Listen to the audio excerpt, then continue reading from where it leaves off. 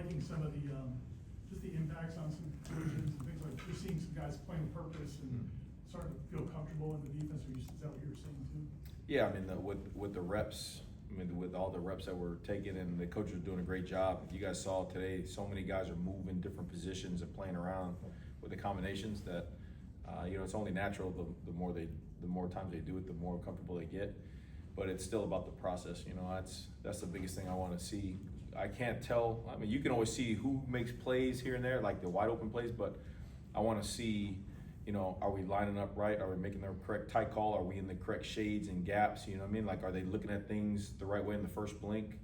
Those kind of things, because then it comes down to, like, we're going to act that way no matter who we play, no matter where we are, no matter what time of day we play. So those are things I'm trying to make sure that we act right and do first. Jordan?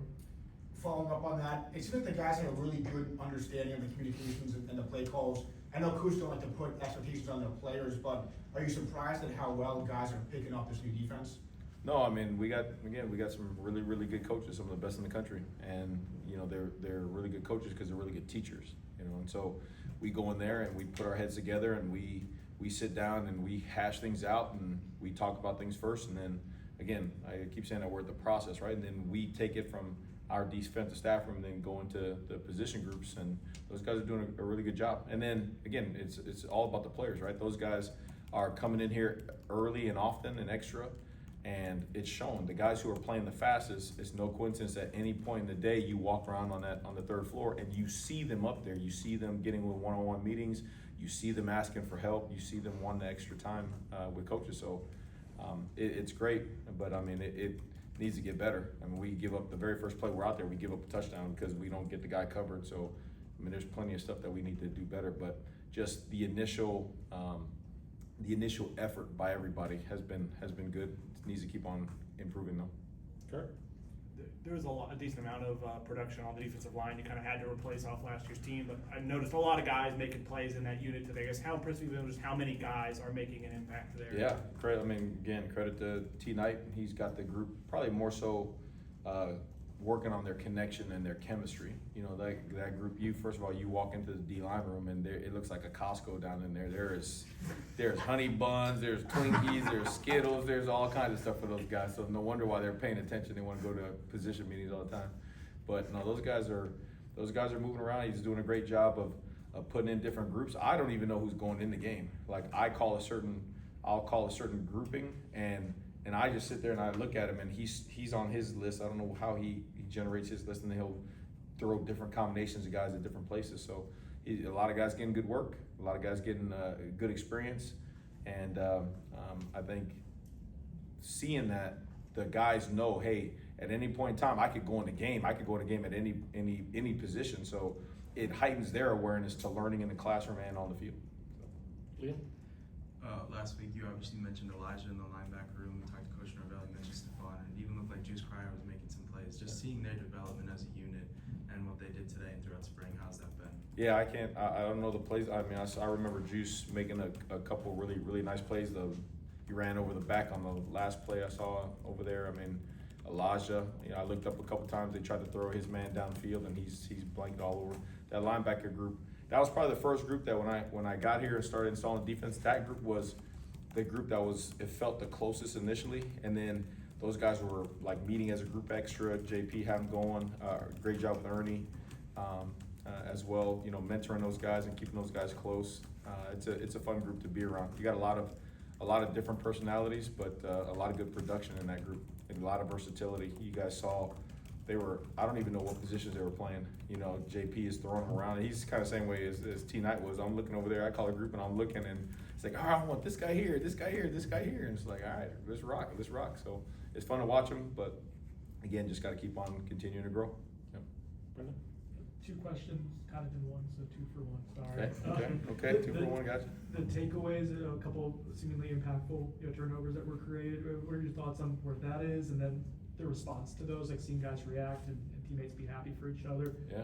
Do you like what you're seeing there? Yeah, I mean, they spend too many hours in the weight room, in the classroom, practicing drills, off-season stuff, to not celebrate victories. You know what I mean? And when those guys get a chance to go out there and make plays, like I saw the one on the Kate, I think it was I think it was Amari tipped the ball and then KJ scored, and you see everybody there, and then everybody on the sideline just cleared out and just ran there to celebrate with them. Man, you better do that. I mean, you better celebrate victories around here. It's winning and having fun is hard to do. You know what I mean? So it was fun to watch them. It's definitely fun to watch those guys celebrate together and make some plays. But again, all in good context, right? Like we had one where I think we had a big hit, and a couple guys ran onto the field from the sideline, and you know, that's unrealistic. You know what I mean? Like we're gonna get flagged for that kind of stuff. So again, it's all fun and games, guys having fun, celebrate with their teammates, but everything, there's a process to everything. Aslan? You got so many young guys at cornerback specifically, they played football but maybe haven't started a lot of games. Mhm. Like, where's your confidence level in guys like Q? I know you talked about Jabril, but a guy like Charles Lester came here very heralded. Yeah. Where are you at right now in terms of confidence of your cornerback? Yeah, I think that's the group. You know, it's hard to tell because those guys have been moving around a little bit, different combinations. You know, some injuries there as well. You know, assignment-wise, corner is not as mentally hard, assignment-wise, but it's probably the hardest position to play because a lot of times that's the first person you see getting beat one-on-one. You know what I mean? Everybody's blaming the corner for stuff, but technique-wise and just all eyes on, that's probably the hardest position to play. So, you know, I got a lot of respect for the corners in this defense because a lot of times, you know, they're locked up one-on-one, man-to-man, and you saw how many shots, like guys like Duty did a great job. I mean, how many times did they throw the ball up to Duty one-on-one? You know what I mean? And he won, I think he won all of them. You know what I mean?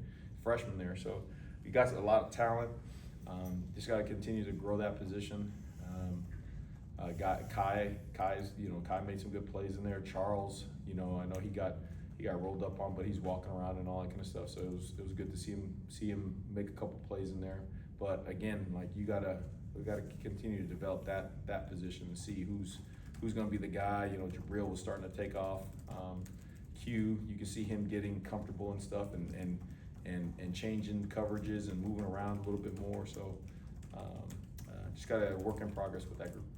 Ira? You mentioned KJ Sampson before. You know, he's been here a couple of years, but they've had so many guys ahead of him. How big is the opportunity ahead of him, and do you think he's realizing that he could be a dude this year? Maybe? Yeah, I mean, again, I don't know. I didn't know anybody. You know what I mean? So when we came over here and tore duties and stuff, you saw a big body who can actually move. He's twitchy. You know, and you're looking at him, you're like, well, why are you not the guy? You know what I mean? Like, why not? And you see just the inconsistencies early on in spring ball. You know, he's a big twitchy guy, but you know, you got to play when it's time to play big. You got to play big. You know what I mean? And then when it's time to be twitchy and move around, then you do that, and he's capable of doing that. You know, and I think a guy who sometimes we forget that even though they're older guys, experience-wise, they haven't played very much, so they're like freshmen. You know what I mean? In terms of being on the grass and playing wise, so he's a guy who continues to elevate his game, and he was challenged. You know, I mean, he was challenged by myself. You know, T Knight, to say, hey man, like you are a really, really good athlete. You are a big, twitchy, physical athlete. Be that guy. Just go out there and put it on display. And it's fun. It was fun to watch him make a play and build that confidence up because we're gonna need him. We're gonna need him to play. We're gonna need him to be his best. You know, with all the guys who are moving around, you never know injuries, all that kind of stuff. We need to play a lot of guys. So he's gonna be one that has to step up, and he played well today. Peter? Following up on KJ, so you mentioned about having him to seeing how great he is, what he can be. Just what is something that you feel like he should have to adjust, or what's something that you want him to see so he can get to that next step? Yeah, I want him to play physical. You know, the first thing we're gonna do around here is play physical on defense. Like I don't care about how many sacks a guy has. I don't care about that. Like they don't.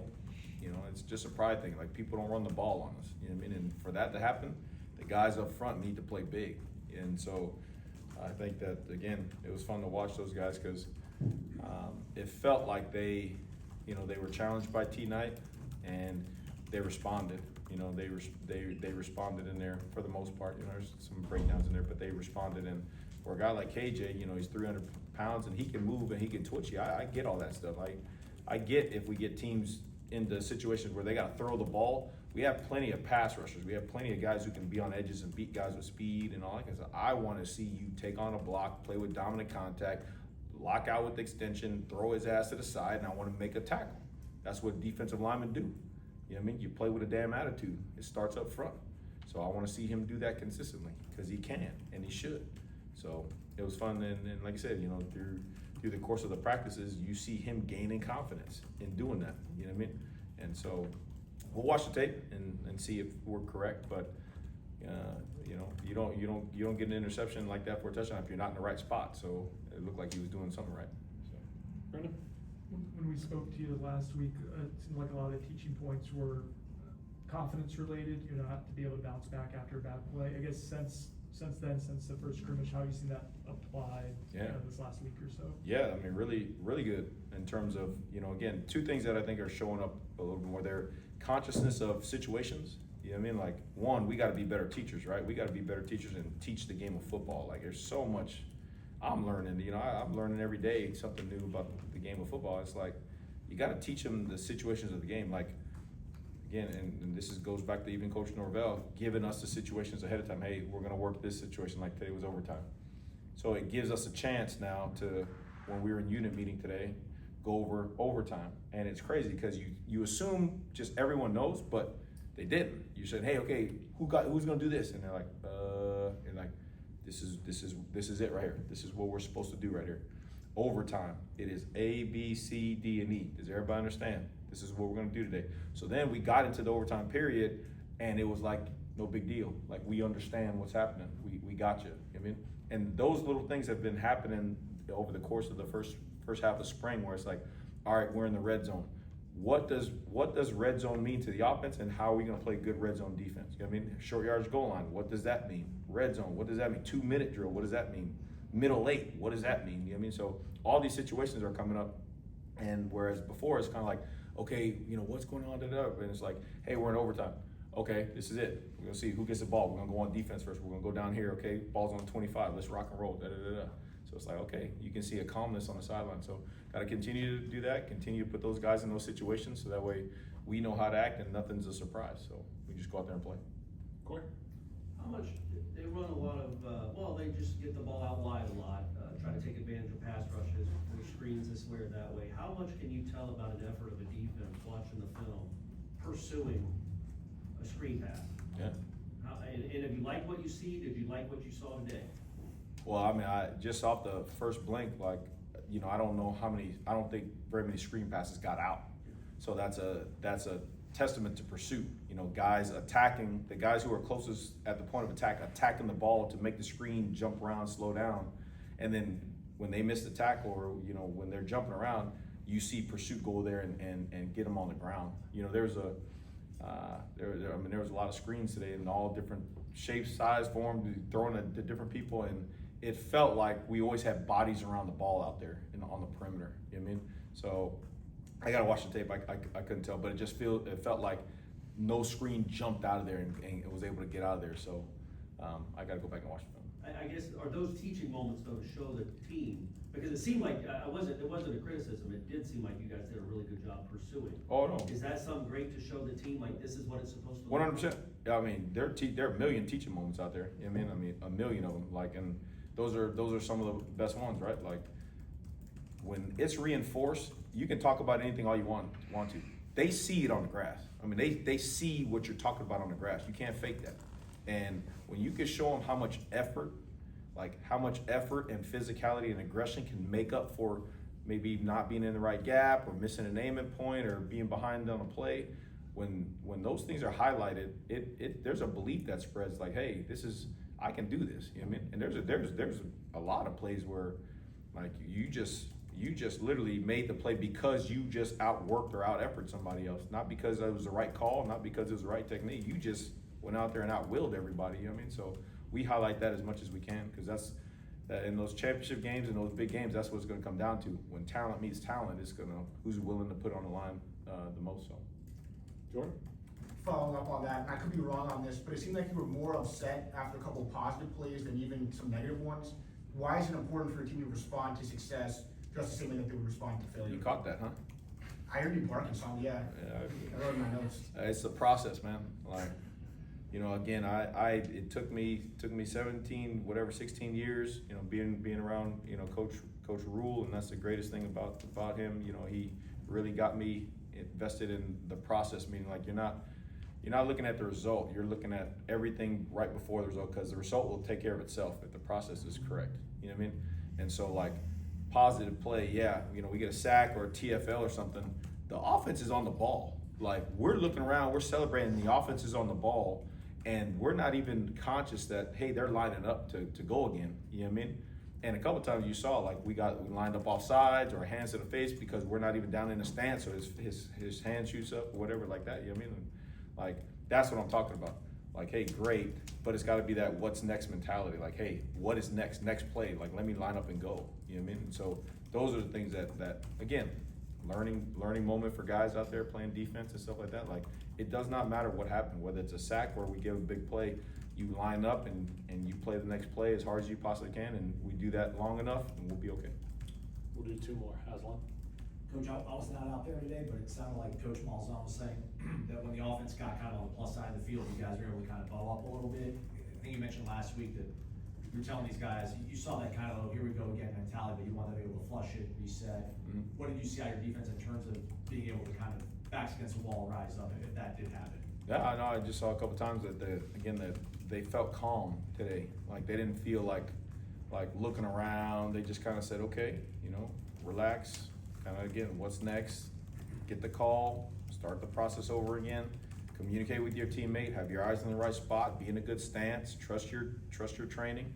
And the ball was snapped. And there was some guys that made some plays. You know what I mean? So I'm trying to go back and see. Remember off the top of my head, there's a couple times on those ones that are in the fringe or the sudden change, you know, on the plus 40 or whatnot, that all it takes is one guy to make a play. You know what I mean? Just one time, one guy to make a play, and all of a sudden it's like, okay, we're back in this. You know what I mean? And so you got to have those moments. You know, you got to have those moments, and the greatest thing that we can do as coaches is calm them down, right? Because you don't want that negative momentum to take over, and now they're like, oh, whatever, and all of a sudden it just hits. You got to have a bunch of guys out there that are just like water, just very calm and saying, okay, next play. So, Brendan, last one. The Desser brothers, asking this with a caveat, like, I know they're true freshmen, but they seemed impactful today. Yeah. I noticed them a few times. Like for those guys to be as far along as they are, Yeah. can you just talk about their play? yeah, I mean, I'll tell you what, they are some of the funniest people to be around. They are just truly like a joy to be around. You know, they love life. They love being with their teammates. They just, you know, they love being coached hard. You know what I mean? Like it's just true testament to the way they're raised and the people they've been around. And then for them to come into a program and, you know, you never know what a freshman, right? You just never know.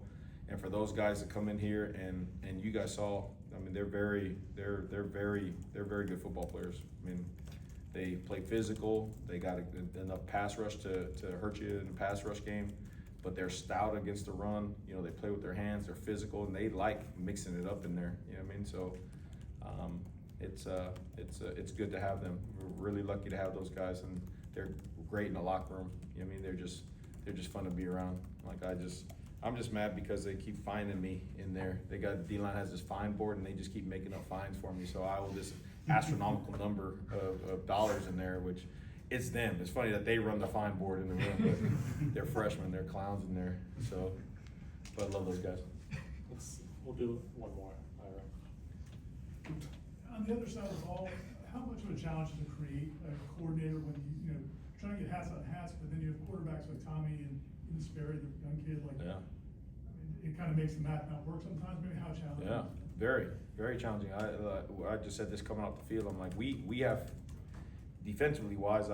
There's some formations that we didn't even have labeled in there that I have to figure out how to call it just from seeing what Gus and those guys are doing over there. You know, schematically wise, they have so much variety. You know, and then anytime you're +1, anytime that quarterback can move around and run like that, like you have to have a plan for him. And so it's just making it. Again, it comes back to the iron sharpens iron deal. Like that's what we have to see all the time. So, you know, you get in games, and if their quarterback can't run like those guys, then we should have an advantage, right? Because we see a +1 guy every practice, every rep.